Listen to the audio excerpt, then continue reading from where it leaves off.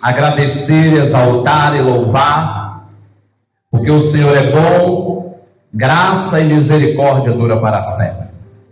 Eu quero, ó Deus, orar por cada uma dessas crianças nessa noite, que a bênção do Senhor venha alcançar o coração delas. Abençoe o culto infantil, usa a tua serva, Pai, como instrumento do Senhor, para falar no coração dos pequeninos nesta noite. Em nome de Jesus, nós oramos, louvamos, adoramos e agradecemos. Amém e amém. Amém? As crianças podem ir para o culto infantil e que Deus possa continuar abençoando a minha vida e a tua vida nessa noite, nesses minutos de palavra que nós teremos aqui. Louva a Deus pela tua vida. Eu louvo a Deus por tudo aquilo que Ele tem feito sobre você e há de fazer. Glórias ao Senhor por rever alguns que não estavam no culto de domingo, E hoje aqui está. Que Deus os abençoe, é uma alegria revê-los, firme e forte na casa do Senhor, e isso é muito bom. Eu quero convidar você a abrir a sua Bíblia comigo então. Vamos trabalhar um verso da palavra de Deus. Poderíamos falar muito dele, mas vamos trabalhar nos minutos que nos tem. Aqui no livro de Efésios, capítulo 6, em nome de Jesus, Efésios, capítulo 6, no verso de número 16 somente. A igreja que encontrar e puder ficar de pé, em nome de Jesus, para lermos esta palavra. Mateus, Marcos, Lucas, João, Atos, Romanos, 1ª, 2ª Coríntios, Gálatas, e aí então chegamos em Efésios. Efésios, capítulo 6, apenas o verso 16, ele nos dá conteúdo para horas, mas vamos falar minutos, de um modo que Deus venha ministrar em nossos corações. Efésios capítulo 6, apenas o verso 16, a palavra de Deus, ela declara assim para mim e para você: tomando, sobretudo, o escudo da fé, com o qual podereis apagar todos os dardos inflamados do maligno. Vamos ler mais uma vez? Tomando, sobretudo, o escudo da fé, com o qual podereis apagar todos os dardos inflamados do maligno. Vamos orar? Pai, eu quero mais uma vez orar ao Senhor. Quero agradecer pela oportunidade que o Senhor nos desse, pela oportunidade que o Senhor nos concede, de pregar a Tua palavra, ó Deus, para dezenas de pessoas que nos ouvem nesta noite. Ó Deus, que o Senhor possa falar em nossos corações, que o Senhor possa ministrar em nossos corações, nos fazer, ó Deus, entender, compreender aquilo que o Senhor tem para falar conosco. Ensina-nos nesta noite, nos motiva, Pai, nos faça caminhar segundo o Teu Evangelho, em nome de Jesus. Amém e amém. Amém, igreja? Toma o teu assento, graças a Deus. Igreja, o livro de Efésios, se nós pegarmos aqui algumas situações anteriores, nós vamos analisar os capítulos onde inicia, mostrando no capítulo 1, falando de Cristo sendo cabeça de todas as coisas. Capítulo 1 de Efésios, ele traz a ideia de uma demonstração de que Jesus, ele é aquele que toma, a direção de tudo sobre as nossas vidas. Que ele é o cabeça da igreja, que ele é o cabeça das nossas vidas, Ele é o autor de toda a redenção, de que Ele tudo pode fazer, de que Ele tudo realiza, que as bênçãos nós encontramos em Deus através de Jesus Cristo. Porque Paulo também vai dizer em outro texto que nós somos herdeiros de Deus e co-herdeiros em ou com Cristo Jesus. Então percebemos que tudo que encontramos está ligado na pessoa de Cristo Jesus. E logo após, no capítulo 2 do Efésios, nós vamos ver que vai falar do momento da salvação. E traz uma ideia ligada na salvação pela graça. A salvação que nós podemos encontrar através de algo que foi totalmente fundamentado em Cristo Jesus. Eu gosto muito de fazer a divisão daquilo que é fundamentado. Porque quando nós falamos de bênçãos terrenas, quando nós falamos de algo desta terra, nós podemos perceber e entender que as bênçãos terrenas, elas sim estão fundamentadas em Cristo, mas também há uma fundamentação daquilo que eu faço, aquilo que eu hei de encontrar. Deuteronômio vai dizer para nós ali, Moisés declarando que coloco sobre ti bênção e maldição. Qual dos eu escolherei? Nós vemos que há uma escolha quando se trata de vivermos esta terra. Mas através daquilo que é a salvação, nós vivemos totalmente fundamentados naquilo que é Cristo Jesus. O que Ele fez na cruz do Calvário, igreja. Nada do que eu faço, não existe ser bom, né? Às vezes a gente fala assim, mas fulano era tão bom. Igreja, entenda uma coisa, a bondade, ela não significa salvação, não. Estar salvo em Cristo, ter uma vida íntegra, uma vida comprometida com o Evangelho e viver aquilo que é Cristo Jesus, traz em nós uma bondade. Nós temos que ter bondade em nós a partir do momento em que nós vivemos Cristo Jesus.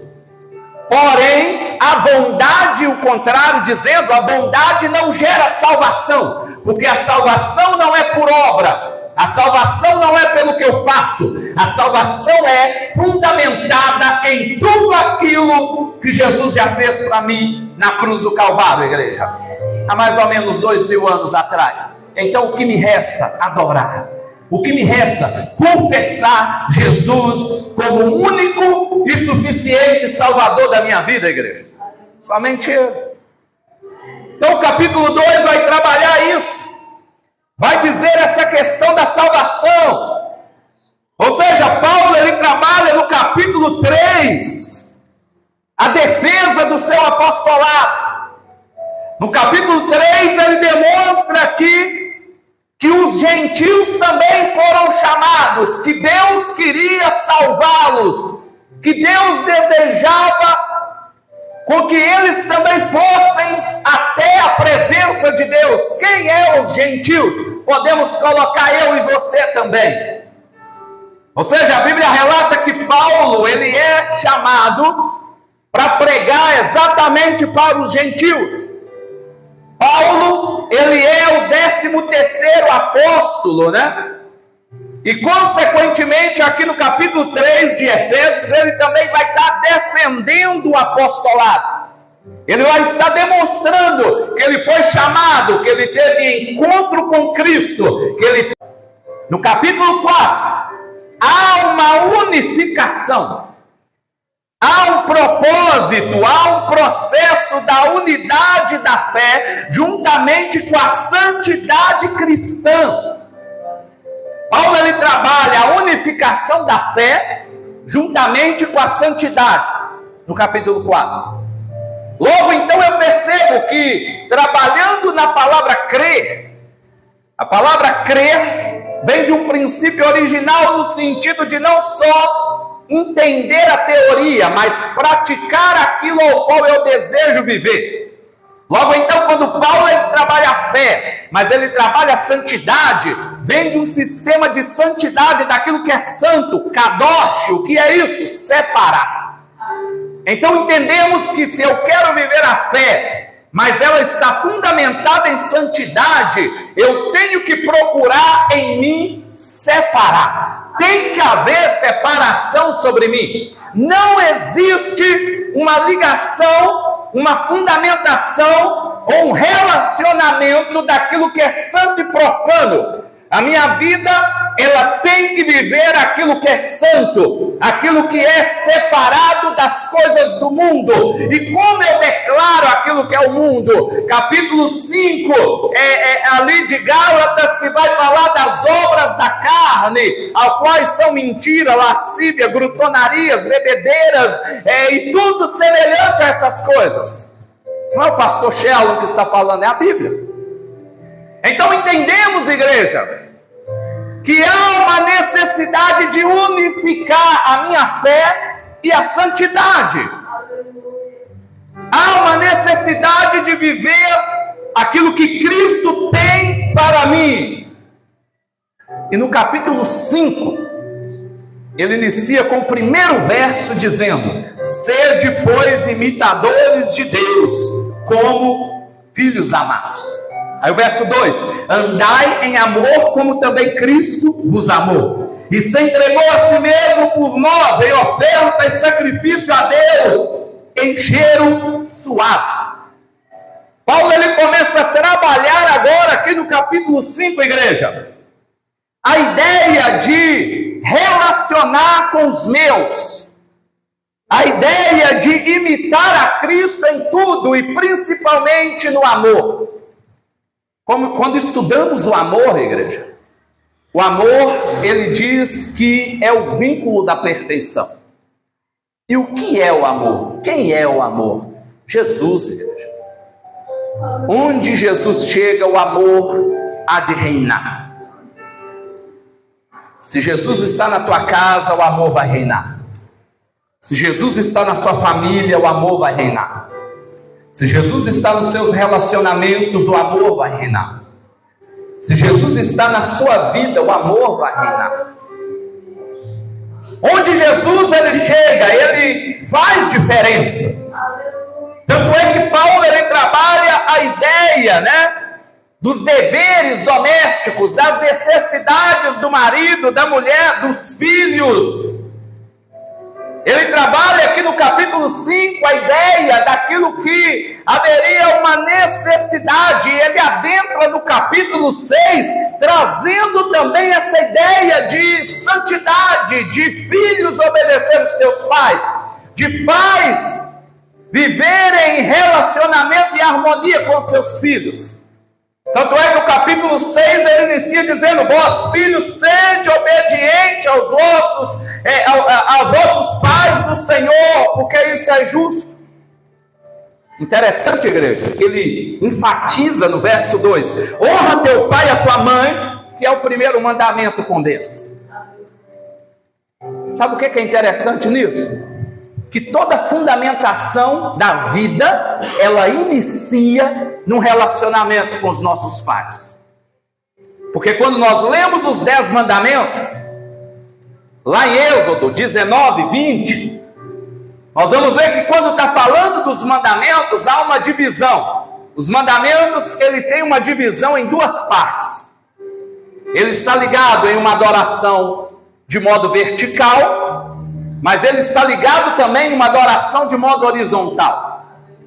Tanto é que quando a palavra, Jesus, ele traz uma ideia de resumo dos mandamentos ali, no capítulo 22 de Mateus, quando Jesus, ele diz assim, amar a Deus acima de todas as coisas, e o outro semelhante a esse, ao teu próximo como a ti mesmo. Jesus, ele não estava mudando nada dos 10 mandamentos lá de Êxodo. Ele simplesmente estava simplificando. Ele estava demonstrando que viver em Cristo é adorar horizontal e vertical. Porque quando ele diz amar a Deus acima de todas as coisas, ele estava dizendo adore de modo vertical. Mas quando ele declara o outro semelhante a esse, ao teu próximo, como a ti mesmo, ele estava dizendo, me adore também de modo horizontal. E lá nos 10 mandamentos, nós vamos ver uma divisão interessante. Porque até o quarto mandamento, são mandamentos vertical. Onde é um relacionamento integral entre o homem e Deus. Mas aí entra um detalhe. Há um mandamento que faz a ligação. Há um mandamento que faz a ponte. O mandamento de transição, né? Uma palavra perfeita para dizermos. Que é o mandamento quinto, que é honrar o teu pai e a tua mãe. E ele é o primeiro mandamento com bênção que Paulo vai dizer, que diz, eles aumentarão os teus dias sobre a terra.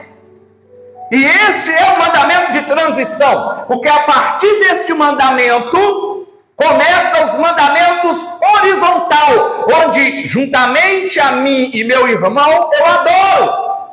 Onde agora eu adoro a Deus, não mentindo, não desejando coisa do próximo, amando o meu próximo, vivendo com o meu próximo, não matando. Então os mandamentos, eles estão ligados nesse sentido, daquilo que é a vontade de Deus. Então Paulo, ele trabalha isso em Efésios.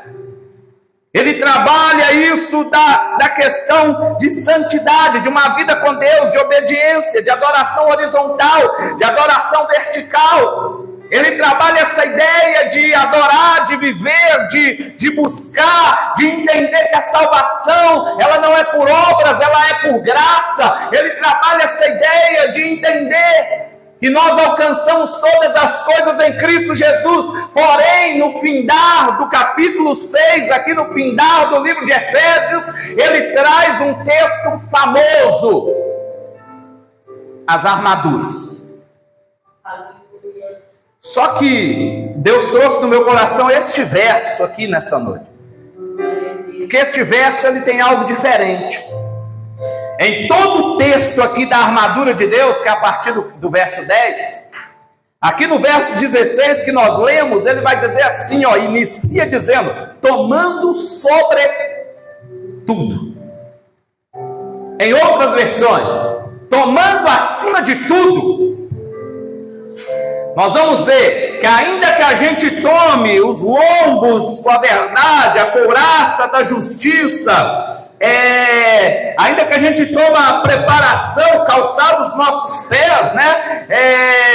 Ainda que a gente tome o capacete da salvação, a espada do Espírito, sobretudo é necessário o escudo da fé.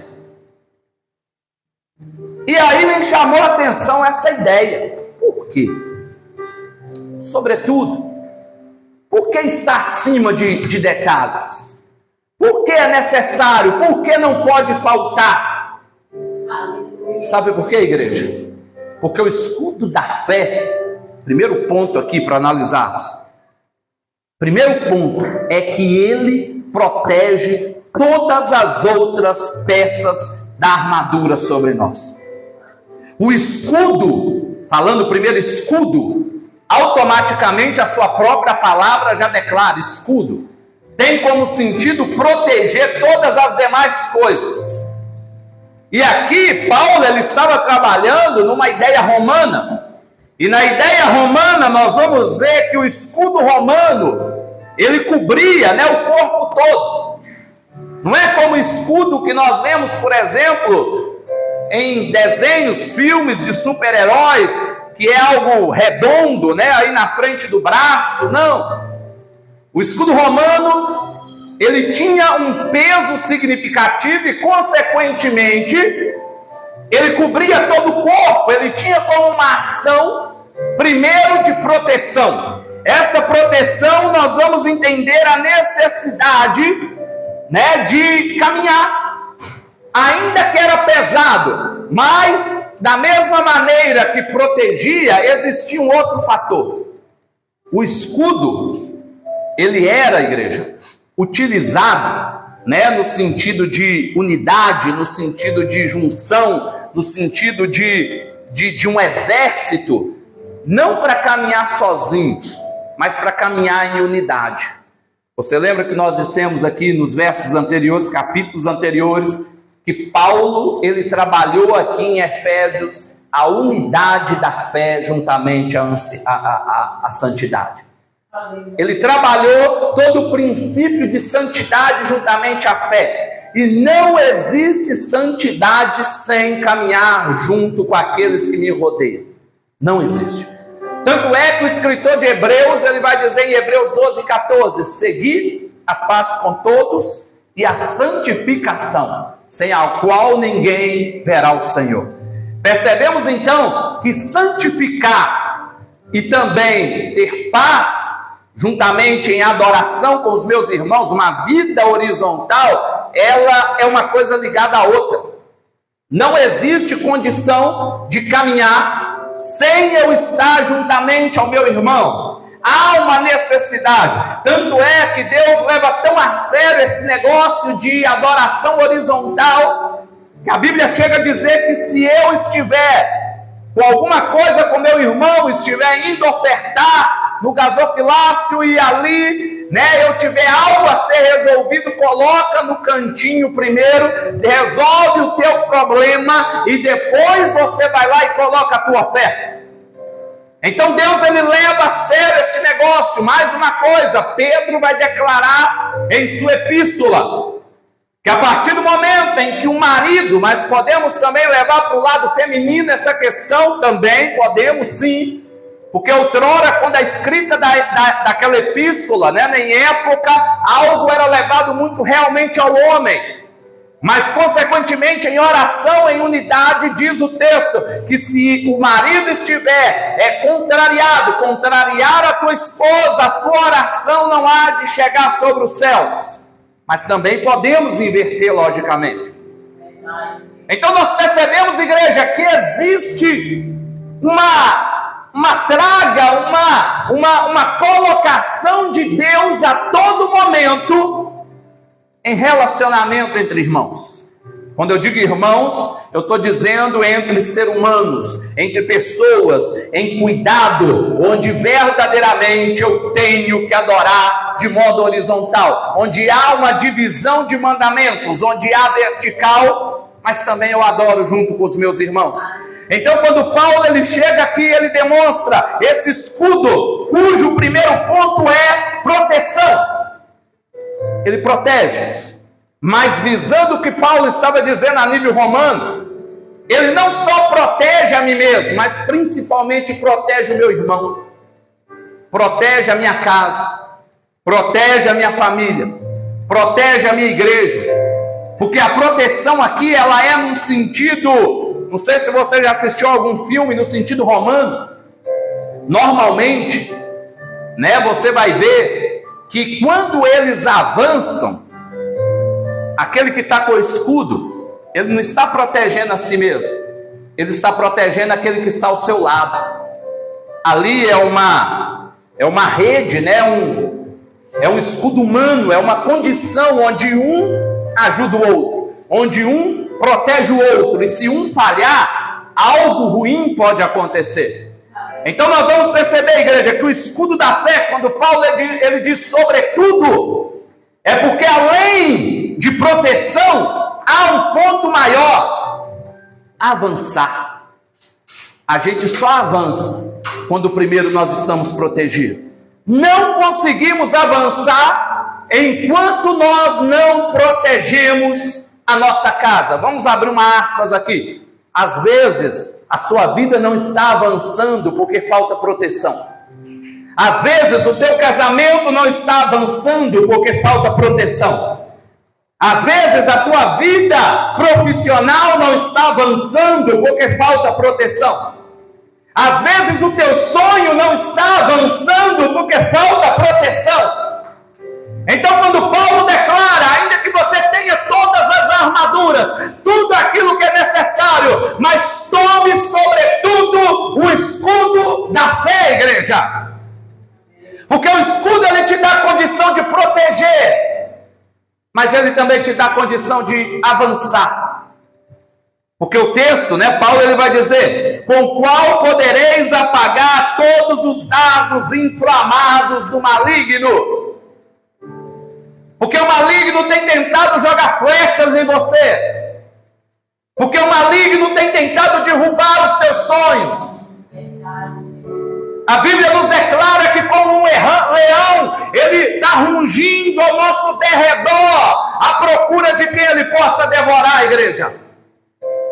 A todo momento o inimigo tem tentado nos destruir. A todo momento o inimigo olha para dentro da tua casa, para dentro dos teus sonhos, para dentro dos teus projetos, para dentro do seu trabalho, do seu negócio, do teu ministério, dos teus sonhos, e ele deseja destruir, igreja. E às vezes a vida fica estagnada. Às vezes a vida fica parada. Às vezes a vida fica totalmente rendida àquilo que Satanás deseja fazer. Tudo de ruim acontece. Então quando Paulo ele diz: tome sobretudo o escudo da fé, porque assim você estará protegido, mas você também vai avançar, igreja. Vai avançar. Muitas vezes nós não conseguimos avançar, porque quando começamos a andar, nós não temos escudo e começamos a tomar esses dardos do inimigo. Começamos a ser atingidos pelo inimigo. Começamos a ser acusados pelo inimigo. Porque diariamente ele nos acusa, igreja. Diariamente ele tenta nos destruir. Diariamente ele nos julga. Você lembra o que ele fez com Jó? Ele foi, a Bíblia declara que no momento ali, em um diálogo literal, ou pode ser também figurado, diz a Bíblia que naquele instante, naquele momento, ele julga, ele fala: não, Jó ele só te adora porque você dá ele tudo. Jó ele só te adora porque ele tem uma idade avançada e ainda assim uma saúde exemplar. Jó ele só te adora porque ele tem riquezas, ele tem bens, ele tem dinheiro. Quem não vai te adorar com uma vida assim? Ou seja, igreja, a gente vê que a salvação está tão ligada em Cristo, que antes mesmo de Cristo estar nessa terra, ele já coexistia, mas antes de realizar o sacrifício eterno, Deus vai dar uma ordem: vai lá, toca-lhe tudo, vai, mas só tem um detalhe: a alma dele, o espírito dele, você não toca, Satanás. Ou seja, igreja, nós vemos o quê? Ainda que muitas coisas acontecem, ainda que Jó, a saúde fica debilitada, a família destruída, a sua esposa dá lugar ao inimigo contra Jó, os seus filhos todos vão morrer, os seus bens são destruídos, acaba tudo, mas tudo existia um propósito, igreja. Tanto é que no capítulo 42 de Jó ele vai dizer: eu te conhecia só por ouvir falar, agora eu te conheço face a face. Então existe propósito. Às vezes nós não entendemos os propósitos inicialmente falando, porque talvez nós estamos passando certas situações, talvez tenha algo que está machucando. Talvez nós estamos perdendo, como nós pregamos domingo. Talvez parece que estamos nas nossas mãos perdendo algumas dracmas das nossas vidas. Mas entenda uma coisa, igreja: Deus, ele tem propósito em tudo. Deus, ele entende as suas dores. Deus, ele entende tudo que você está passando, tudo que você necessita, tudo que você precisa. Então tome sobretudo o escudo da fé, esse escudo que te protege, mas esse escudo que também te faz avançar. E sabe o que é lindo neste negócio, igreja? É que em Mateus 16, 18 vai dizer para nós que as portas do inferno não prevalecerão contra a igreja. Eu não sei se você já entendeu este texto em sua essência, mas o sentido de não prevalecer é que ela vai cair, mas ela só vai cair quando você parar de reclamar, quando você parar de olhar para trás, quando você parar, igreja, de olhar para a circunstância e começar a marchar. Aí o texto declara que as portas do inferno não prevalecerão contra você, igreja, em nome de Jesus. Em nome de Jesus. Toma o escudo que te protege, mas te faz avançar. Avança. Porque com esse escudo, igreja, você vai andar. E os dardos inflamados do maligno não vão te afetar, em nome de Jesus. Quem está comigo? Em nome de Jesus. Você vai prosseguir, você vai se achegar, você vai alcançar. Mas sobretudo, toma este escudo da fé, igreja. Porque a fé, ela traz a ideia que vem pelo ouvir, né? Romanos capítulo 10, no verso 17. A fé vem pelo ouvir a palavra de Deus. Então o escudo da fé, ela gera em nós uma condição de crer, de vida, de fé, de prosseguir, de avançar, de proteção. Igreja, toma o escudo nessa noite. A palavra de Deus nessa noite é o escudo da fé. Coloca ele sobre a tua vida. Coloca ele sobre a tua família. Coloca ele sobre os teus sonhos. Deixa eu te dizer algo profético nessa noite. Talvez existe algum propósito no teu coração que está parado, que está aí vegetando, talvez está até morrendo. Sabe por quê? Porque os dardos inflamados do maligno têm conseguido atingir esses propósitos. Mas o Senhor está te concedendo o escudo da fé nesta noite. Esse escudo que vai proteger os teus sonhos. Esse escudo que vai fazer você prosseguir e vai fazer você avançar. E as portas do inferno não vai prevalecer sobre o teu propósito, sobre a tua vida, igreja. Em nome de Jesus. Em nome de Jesus, porque Ele é contigo, porque Ele é contigo. Vamos ficar de pé, vamos orar. Quem entendeu a mensagem, amém? Vamos orar. Peça a Ele para te dar sabedoria. Peça a Ele para te ajudar a tomar esse escudo da fé nesta noite. Que possamos prosseguir segundo o que Ele tem para nós. Tome esse escudo da fé em tuas mãos. Oh Jesus, eu te louvo nesta noite. Eu te adoro nesta noite, ó Pai. Eu entrego a Deus aqui em tuas mãos as nossas vidas, a tua igreja.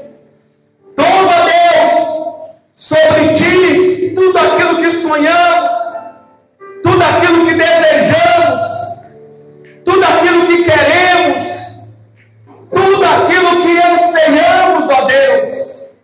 Nós te pedimos aqui nesta noite, nós te pedimos aqui neste momento, nós te pedimos aqui nesse instante, ó Pai.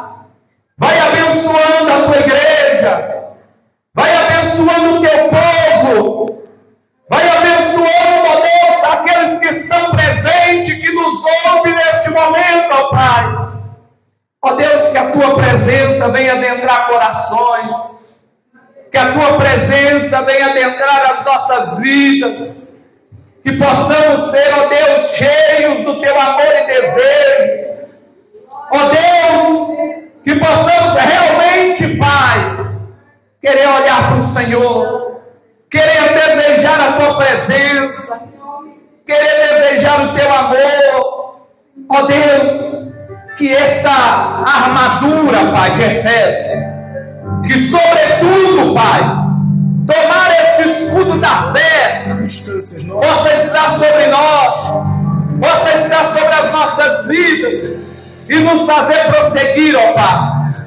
Em nome de Jesus, ó Pai, que possamos querer viver mais do Senhor, que possamos querer viver mais de Ti, que possamos querer viver mais da Tua presença, ó Pai. Perto do Senhor nós queremos alcançar, perto do Senhor nós queremos chegar, perto do Senhor, ó Pai, nós queremos viver. Em nome de Jesus, Senhor, abençoe todas as coisas que temos, que somos. Abençoe tudo, ó Deus, em nossas vidas, para vivermos o chamado do Senhor, para vivermos o desejo do Senhor, o querer do Senhor, a graça do Senhor, e possamos olhar, ó Deus, em tudo aquilo que o Senhor tem para as nossas vidas, nos entregar a Tua vontade, ao Teu chamado. Oh Deus, então nós Te adoramos aqui neste lugar. Ó Deus, que possamos tomar essa armadura, que possamos tomar esse escudo da fé, que nos protege e que nos faz avançar, que nos ajuda a avançar, que nos ajuda a nos chegar mais perto de Ti, ó Pai. Então ouve a Ele nesta noite, levanta o volume da Tua voz e ouve a Ele nesta noite. Não importa, não importa, não importa aquilo que precisamos, ó Deus. Em nome de Jesus, nós Te adoramos neste lugar, ó Pai. Que todas as coisas, ó Deus, possamos buscar na Tua presença. Obrigado, Jesus, pelo Teu amor, pela Tua graça, Pai, por todas as coisas que o Senhor tem feito em nossos corações. Que possamos, ó Deus, querer viver, ó Deus, o Teu chamado, querer viver, ó Deus, o Teu querer. Nós queremos Te louvar por todas as coisas, ó Pai, segundo o que o Senhor tem para nós, e possamos tomar esse escudo, ó Pai, esse escudo da fé, e vivermos, ó Deus, todas as coisas que o Senhor tem para nós. Em nome de Jesus, ó Pai, em nome de Jesus, que o Senhor perdoe tudo aquilo em nós que não Te agrada, tudo aquilo em nós que não é da Tua vontade, tudo aquilo em nós que não é do Teu desejo, ó Pai, que possa nos levar mais perto da Tua presença, mais perto do Teu querer, mais perto do Teu desejo, ó Pai, para vivermos todos os sonhos que o Senhor tem para nós.